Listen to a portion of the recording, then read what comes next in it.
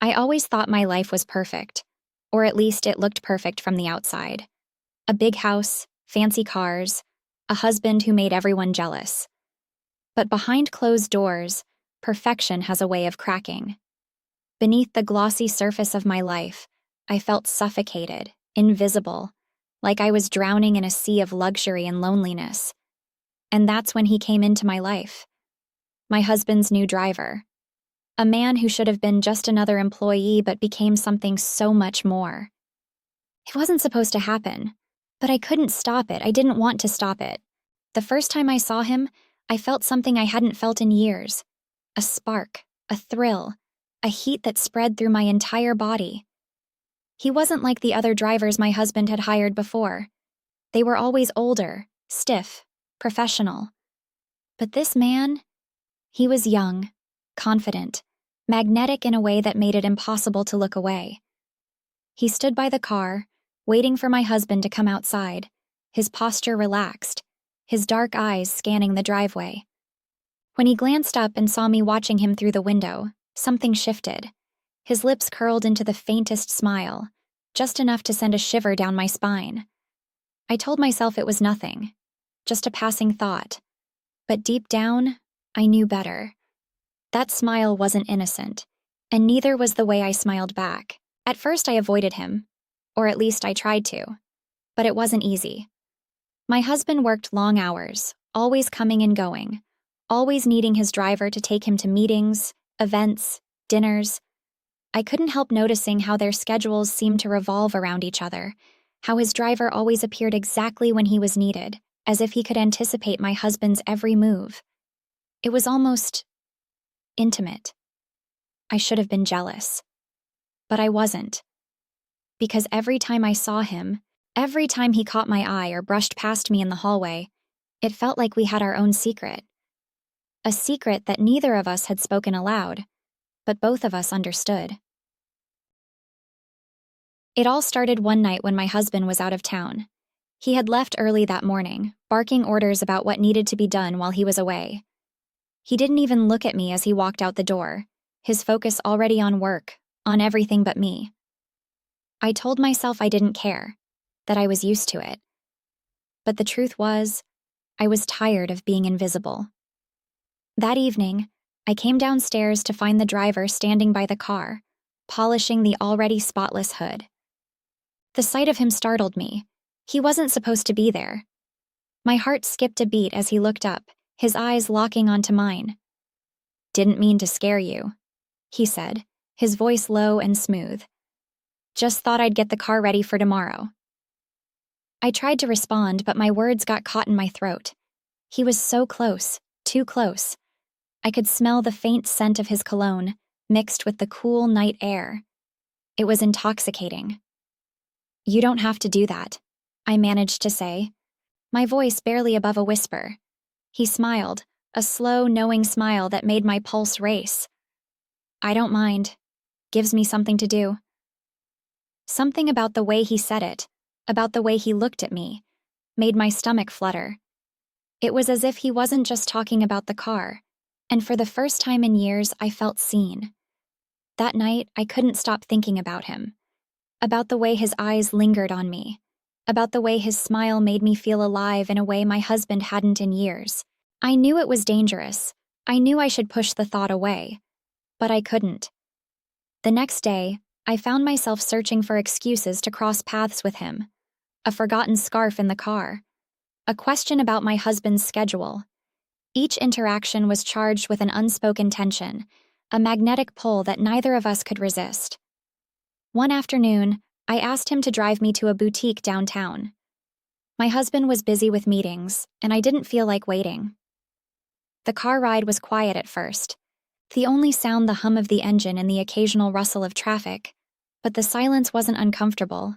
It was heavy, electric, filled with the promise of something neither of us dared to name.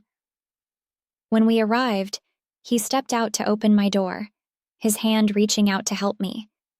His touch was brief, fleeting, but it sent a jolt through me that left me breathless. I looked up at him, and for a moment, the world seemed to stop. "Thank you," I said softly, my voice trembling. His eyes met mine, dark and intense, and he smiled that same knowing smile. Anytime. The first kiss came out of nowhere, or at least that's what I told myself. But the truth is, I had been waiting for it, aching for it, from the moment I first saw him. It happened in the garage, late at night, after my husband had gone to bed. I had come down to grab something from the car, but he was there, leaning against the driver's side door, his eyes lighting up when he saw me. "I didn't think anyone was awake," he said, his voice low and warm. "Neither did I replied, my pulse quickening. For a moment we just stood there, the silence between us charged with unspoken desire. And then, as if pulled by some invisible force, I stepped closer. He didn't move, didn't speak. He just watched me, his gaze steady, unflinching, as if daring me to close the distance between us. When our lips finally met, it was like a dam breaking. All the tension, all the longing, all the forbidden desire we had been holding back came rushing out in a tidal wave of passion. His hands tangled in my hair, pulling me closer, and I melted into him, letting the world fade away. After that, everything changed. Every glance, every touch, every stolen moment felt like a secret we were both desperate to keep and unable to hide. My husband was oblivious, too wrapped up in his own world to notice the fire burning right under his nose. But the more time we spent together, the harder it became to keep up the facade. There were close calls, moments when I was sure my husband would catch on. A lingering look across the room. A hushed conversation in the hallway. But somehow, we managed to stay one step ahead until we didn't. It happened on a Friday evening, when my husband came home earlier than expected. I had been in the kitchen laughing at something the driver had said, when the sound of the front door opening sent a jolt of panic through me. My husband walked in, his eyes narrowing as he took in the scene. I could see the suspicion flicker across his face, the gears turning in his mind. But before he could say anything, the driver excused himself, slipping out the back door with a calmness that belied the tension in the room. "What's going on?" my husband asked, his tone sharp. "Nothing," I said quickly, too quickly. He didn't believe me. I could see it in his eyes. But he didn't press the issue, at least not that night. The days that followed were a blur of tension and paranoia. I knew the walls were closing in, that it was only a matter of time before the truth came out. And when it did, it was explosive. My husband confronted me one evening, his voice trembling with anger as he demanded to know what had been going on behind his back. I tried to deny it, to lie, but the truth was written all over my face. "You betrayed me," he said, his voice cold and flat. And he was right. I had. But the truth was, I didn't regret it, because in those moments with his driver, I had found something I thought I'd lost forever. Passion, excitement, the feeling of being truly alive. Now, everything has changed. My marriage is over, and the man who set my world on fire is gone. But I don't regret it, because for the first time in years, I feel free. Free to be myself. Free to chase the things that make my heart race. Free to live. The fallout from that night was something I could never have prepared for. My husband didn't explode in anger the way I expected. Instead, his reaction was colder, cutting. He didn't yell. He didn't demand an explanation. He simply looked at me with a mixture of disgust and betrayal, as if I were a stranger he couldn't stand to be in the same room with. His silence was worse than any shouting match could have been. It was the kind of silence that suffocated me, that made me question if I'd imagined all of it. The passion, the thrill, the connection I thought I'd shared with his driver. But I hadn't imagined it. It was real. It was alive. And it was worth every risk I had taken. "I hope it was worth it," my husband said finally, his voice low and cold, cutting through the air like a knife. "Because you've destroyed everything." I wanted to defend myself, to explain, to tell him that I'd been drowning in our marriage long before his driver ever entered the picture. But I knew it wouldn't matter. The truth would only make things worse. And deep down, I didn't care enough to fight anymore. In the days that followed, the walls of my perfect life came crashing down.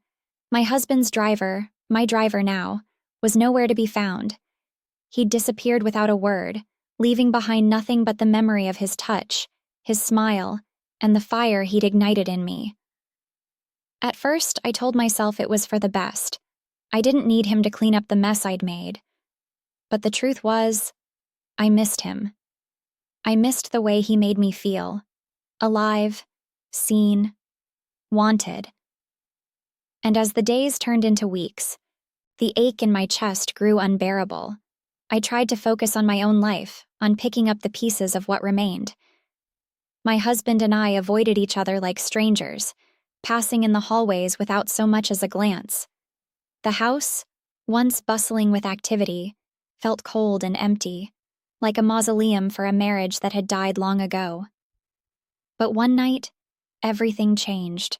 It was late, and I was sitting in the living room staring at the flickering light of the fireplace, lost in my thoughts. The silence was heavy, oppressive, wrapping around me like a blanket I couldn't shake off. And then, out of nowhere, I heard it, a knock at the door. My heart leapt in my chest as I stood up, my legs trembling beneath me. I didn't know who I expected to see on the other side of that door, but when I opened it, my breath caught in my throat. It was him. He stood there, his expression unreadable, his dark eyes scanning my face as if searching for answers. He looked different, tired maybe, or hesitant in a way I hadn't seen before. But he was there, and that was all that mattered. "You shouldn't be here," I said, though my voice lacked conviction. "I know," he replied, his voice soft but steady. But I couldn't stay away. For a moment, we just stood there, the air between us crackling with tension. And then, without another word, he stepped inside, closing the door behind him. We talked for hours that night, about everything and nothing. He told me he'd left because he didn't want to make things worse for me, that he thought disappearing was the only way to protect me. I told him about the Cold War that had taken over my marriage, about the emptiness I felt every time I walked into a room and saw my husband's face. "I shouldn't have come back," he said, his voice heavy with regret. "But I couldn't stop thinking about you." His words sent a shiver down my spine. I wanted to tell him I felt the same, that I'd been counting the days since he left, but the words wouldn't come. Instead, I reached for his hand, my fingers trembling as they brushed against his. "You don't have to stay away," I whispered, my voice barely audible. He didn't respond. Instead, he pulled me into his arms, his grip firm but gentle, as if he were afraid I might break. And in that moment, everything else faded away. The days that followed were a blur of stolen moments and whispered promises. We were careful, more careful than before, but the risk only made it more intoxicating. Every time we were together, it felt like the world stopped spinning, like nothing else mattered but us. But deep down, I knew it couldn't last. The cracks were already beginning to show, and it was only a matter of time before everything came crashing down again. My husband wasn't stupid. He could sense the shift in the air, the way I avoided his gaze, the way my phone always seemed to be just out of reach. I could see the suspicion growing in his eyes, the tension building between us like a storm waiting to break. And when it finally did, it was nothing short of catastrophic. My husband came home early one afternoon, catching us in the middle of a conversation in the kitchen.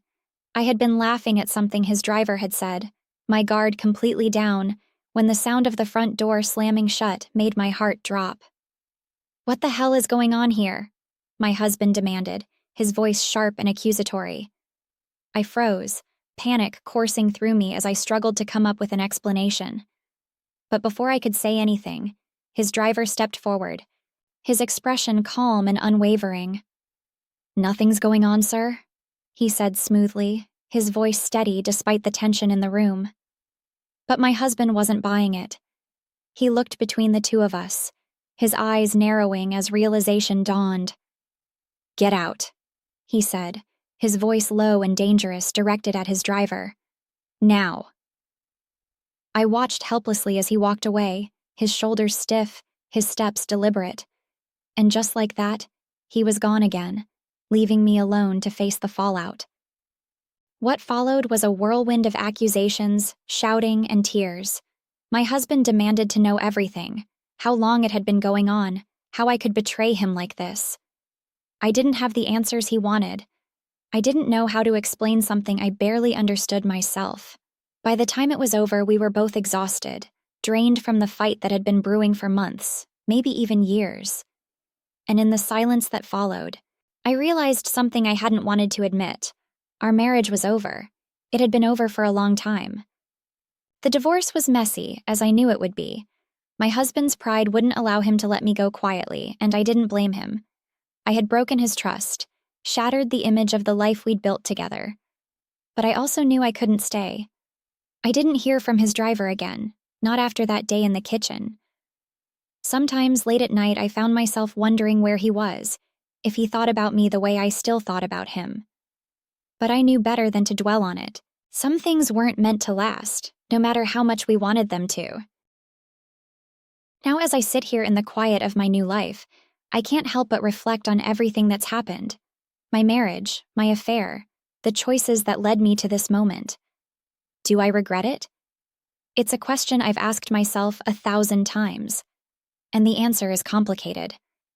Because while I regret the pain I caused, I don't regret the fire, the passion, the reminder that I was still alive, still capable of feeling something real, something raw. And maybe that's the hardest truth of all, that sometimes the things that destroy us are the very things that set us free.